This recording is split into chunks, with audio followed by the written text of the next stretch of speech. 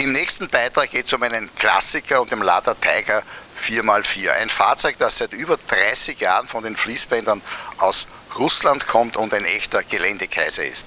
Mehrere österreichische Autohändler haben sich zusammengetan und importieren das Auto direkt aus Russland.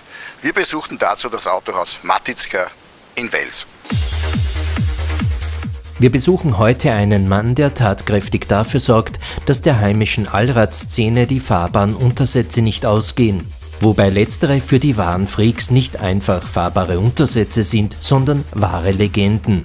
Die Rede ist vom Lada Tiger 4x4, der seit mittlerweile mehr als 30 Jahren von den Bändern rollt und über das Welser Autohaus Matizka direkt aus Russland importiert wird. Dessen Chef Stefan Matizka bietet Komplettservice für alle, die das etwas andere, aber dafür umso preisgünstigere Geländeauto in der Garage haben wollen. Permanenter Allradantrieb, Geländeunterstützung und ein kaum zu stoppender Vorwärtsdrang abseits befestigter Straßen.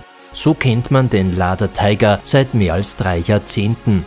Mit seinen lediglich 1200 Kilogramm zählt er zu den Leichtgewichten in der aktuellen Geländewagenflotte, was ihn gemeinsam mit seinem 83 PS Benzinmotor für Ausflüge abseits befestigter Straßen zur ersten Wahl macht. Das Design ist sich über die Jahre hinweg treu geblieben und dokumentiert in Zeiten windkanaloptimierter SUVs ein sympathisches Traditionsbewusstsein. Stefan Matizka ist die erste Adresse für alle, die einen waschechten Lada über Stock und Stein pilotieren möchten. Herr Matizka, der Lada Tiger seit über 30 Jahren im Programm eines russischen Herstellers. Sie importieren das Auto jetzt mit einigen Partnern direkt. Welche Zielgruppe sprechen Sie da an? Hauptsächlich Jäger, Fischer, die Bereich Landwirtschaft und Offroad-Fahrer. Der Lada Tiger gilt als eines der geländegängigsten Fahrzeuge. Wenn Sie den als LKW anbieten, ist er NOVA befreit. Ist er NOVA befreit, hat eine Wildwanne drinnen, hat eine Unterboden- und Hohlraumschutzversiegelung drauf, hat Innenkupferl drauf, dass er dementsprechend geeignet ist. Wo beginnt der Einstiegspreis? Bei 11.000.